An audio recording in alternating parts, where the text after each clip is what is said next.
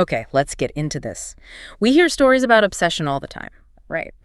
But tonight we're diving into something, well, quite a bit more extreme. Yeah, we're looking at that psychological edge where, love or affection really sours, turns into something violent, possessive, delusional even. Exactly. And we're focusing on patterns we can see in real accounts, true stories of obsession shared anonymously online.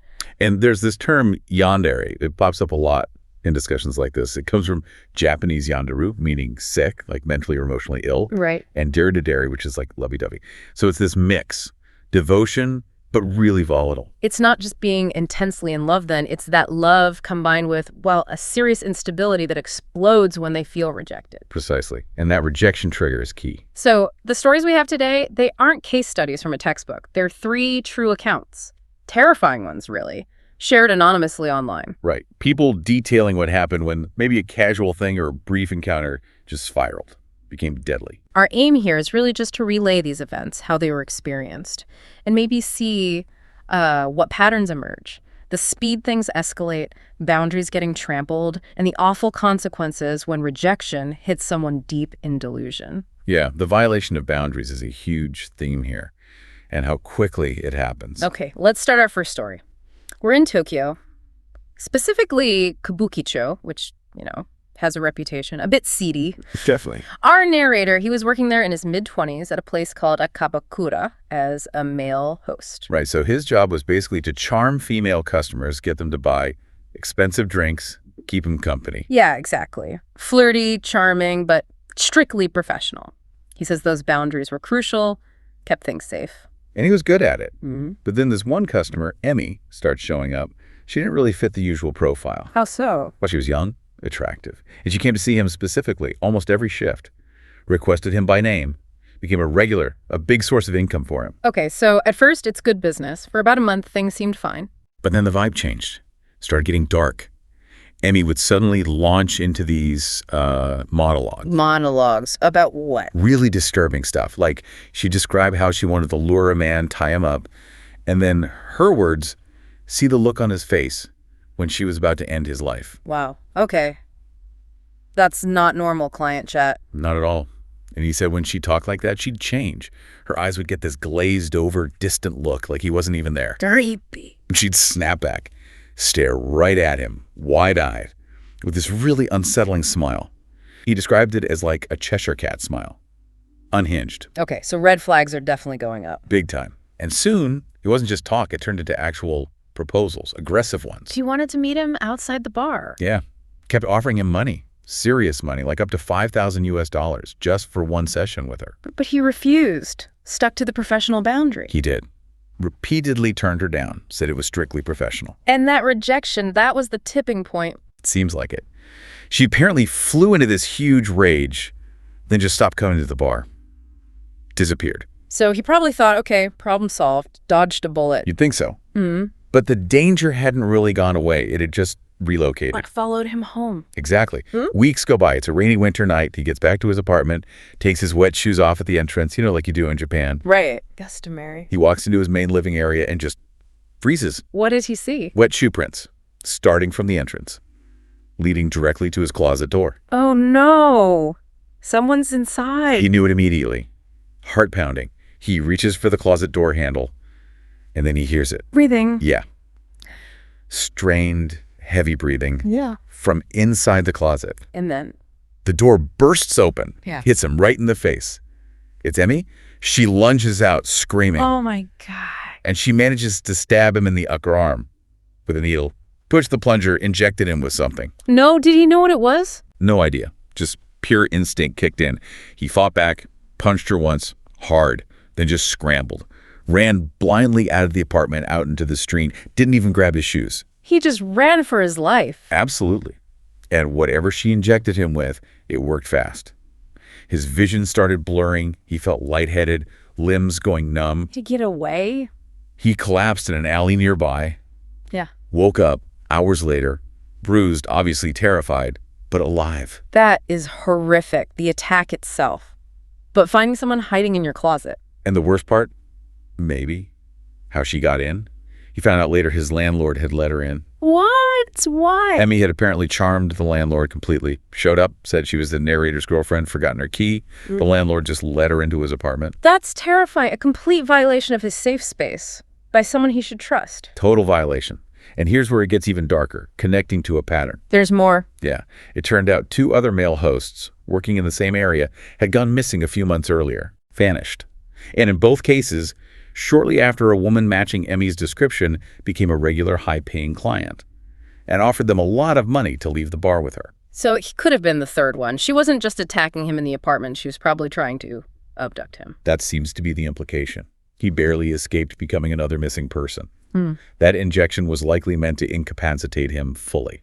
So looking at Emmy's story, the rejection, the professional boundary, that was the switch. It flipped her from obsessive client to, well, predator. It seems that way. From dare to Yanderoo instantly. And the response wasn't just anger. It was planned. Calculated violation. Abduction, potentially. Not just a spontaneous rage. That speed is chilling. From professional refusal to a planned home invasion and attack. Just... Oh, wow. It really is. Did we see that kind of rapid escalation in the second account? The one involving organized crime?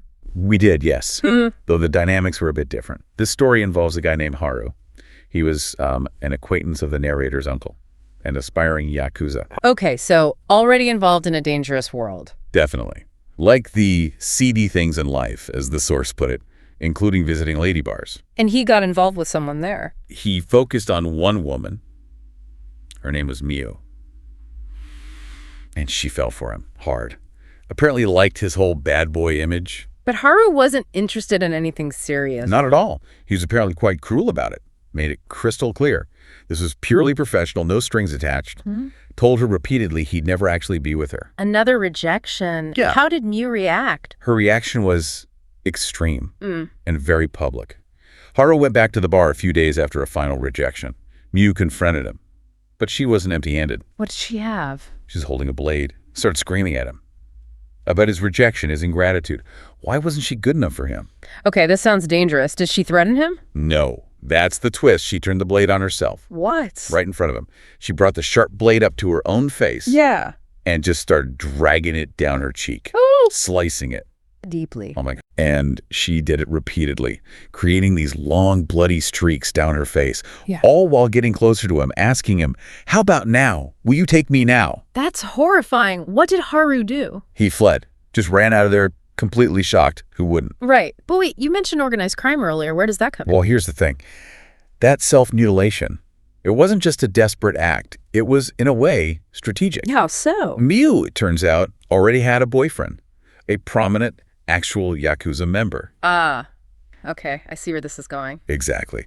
She went to her Yakuza boyfriend, told him her version of events, presented herself as the victim. This guy, Haru, rejected her so cruelly that she was driven to ruin her own face. So she turned her own self-harm into a weapon against Haru. Framed him. Precisely. She basically created a situation where her boyfriend's honor and the Yakuza code demanded retribution against Haru. And retribution came. Swiftly and brutally. Days later, Haru was walking down a back alley with some friends. A van pulls up suddenly. Oh. Several big guys jump out, dressed like gangsters, carrying metal poles. They immediately ask, "Which one of you is Haru?" They were looking specifically for him. Yes. And before he could really react, one of them swung a pole, hit him hard across the legs, Threw him down. dropped him to his knees. His friends scattered, terrified. The men then just started wailing on him with the poles. Just beating him in the street. Viciously. Then they picked him up. He was still half conscious, screaming, and threw him into the back of the van. It sped off. And Haru, was he ever seen again? Never. He completely vanished. And the rumor was... The most persistent and frankly chilling rumor, the one that fits the Yakuza's reputation for brutality, was that they took him somewhere remote, like a disused warehouse, And... tied him up, Yeah. and cut his face off while he was still alive, without anesthetic. Jesus. As a fitting revenge. That was the phrase used. A horrifying symmetry for the injury Miu inflicted on herself, but which he was blamed for. It also ended his uncle's dream of Haru joining the Yakuza. So in this case, the yandere dynamic, Miu's obsession and reaction to rejection, it didn't just stay internal. She leveraged an external violent organization. Exactly. Her pathology hooked into the Yakuza's code of violence. When she was rejected, she didn't just lash out herself. She activated this powerful external force to enact a truly horrific revenge. It turned a personal issue into organized, lethal violence. Oh. Okay, so the first two stories, they involve very sudden, explosive violence. Ambush, abduction, brutal revenge. You're right. Very externalized reaction. This third account, though, it highlights something different, a more cold, calculated, internal kind of obsession involving a man named Morita and a woman named Yumi. Okay. What was their situation? Morita was an accountant, lived in Osaka, had a girlfriend there. He got sent on a work trip for a week-long audit, 6 hours away in a place called Hashima. All right. And while he was there? He met Yumi. She was an accountant at the company he was auditing. Yeah. And they had a fling, a short holiday romance. Even though he had a girlfriend back home? Yes. He told himself, and presumably told Yumi, that it was nothing serious, just a casual thing for the week he was there. Famous last words sometimes? Indeed. Morita finished the audit, went back to Osaka, back to his life, his girlfriend. Probably thought that was the end of it. But it wasn't. Not even close. A few weeks later, he's at his office in Osaka. A new employee is starting that day. He looks up. It's Yumi. It's Yumi. Yeah. She'd completely uprooted her entire life, quit her job in Hashima, found a new one at his company in Osaka, moved 6 hours away, all to be with him. Wow. That's not a casual response. That's full-blown obsession taking root immediately. Absolutely. A total disconnect from the reality of their brief fling. She saw it as incredibly serious, and this was her way of proving it. So how did Morita handle this? This is incredibly awkward and scary. Terribly awkward. She started following him around the office, trying to talk to him, get close. He was constantly trying to dodge her, rushing out of work so she wouldn't see where he lived. He couldn't avoid it forever, though. No. Eventually, he had to confront the situation. He finally told her straight up, look, I already have a girlfriend. The final rejection. How did she react this time? Was it explosive like Emmy or Miu? No, and that's what was so unsettling. He said her eyes flashed, like with this intense fire behind them. Yeah. But the rest of her face, completely neutral, blank. Chilling. And all she said was, I understand. And she just turned around and scurried back to her desk. And Morita probably felt relieved again. Thought maybe, just maybe, she actually did understand. He might have hoped so. Big mistake. What happened next? The next morning, Morita comes into work. Yumi's not there. Her desk is empty. She quit. Disappeared. She was gone from the office, yes. But she'd left something behind. On Morita's desk. What was it? A chocolate cake. Looked delicious. And there was a note with it. From Yumi. No, that's the creepy part. The note said it was from his department head, Mr. Ishiguro, praising Morita for his good work on the Hashima audit. Oh, that's nice. A bit unusual maybe, but... Morita was thrilled. Thought he was getting recognized by the boss. He was planning to eat it later. But he noticed something odd about the cake. What? One slice, just one single slice, was neatly cut out and missing from the otherwise perfect cake. Oh, strange detail. Very specific. Anyway, later that day, before leaving, Morita actually bumps into his boss, Mr. Ishiguro. Perfect timing to say thanks. Exactly. Morita thanks him profusely for the cake, says how thoughtful it was. And Ishiguro's reaction. Complete confusion. He's like, cake? What cake? I've never bought cake for an employee in my life. Oh my God, the blood must have run cold. Instantly, he realized Yumi must have come in super early before anyone else. Planted the cake, forged the note from the boss. And the missing slice. Meant she had taken a piece for herself. Why would she? Oh no, the cake was poisoned. That was the immediate terrifying conclusion. He quickly and quietly got rid of the cake, threw it out. And Yumi, what happened to her? A few days later, news circulated. Yumi had been found dead, lifeless on her sofa in her apartment. She ate her piece. Apparently, yes. She had eaten a slice of the cake, or at least the poisoned icing from it. Did she leave a note? She did. A suicide note. Addressed to Morita. What did it say? The closing lines were the most chilling. Something like, so if I can't have you in this life, I'll have you in the next. See you there soon. I love forever. Yours, Yumi. Wow. That's possessiveness beyond the grave. If I can't have you here, we'll be together in death. It's the ultimate delusional act of control. And think about it. If Morita had been hungry after lunch that day, if he hadn't happened to talk to his boss. He would have eaten the cake. He'd be dead too. Exactly. He escaped death by pure chance. What happened with his girlfriend? Did she find out? Oh, yeah. The whole story eventually came out. The affair, the stalking, the poison cake attempt. He lost his girlfriend over it. So even though he survived, there were still serious consequences. Absolutely. It shows how even, selfish or casual actions, like his initial affair, can unknowingly trigger something catastrophic in someone predisposed to this kind of extreme lethal delusion. Okay, so 3 stories.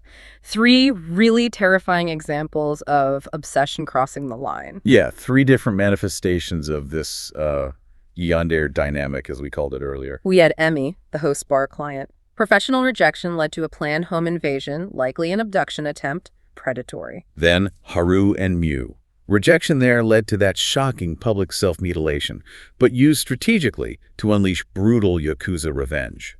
Externalized violence. And finally, Morita and Yumi. A casual fling met with rejection, resulting in that cold, calculated murder-suicide plot with the poisoned cake.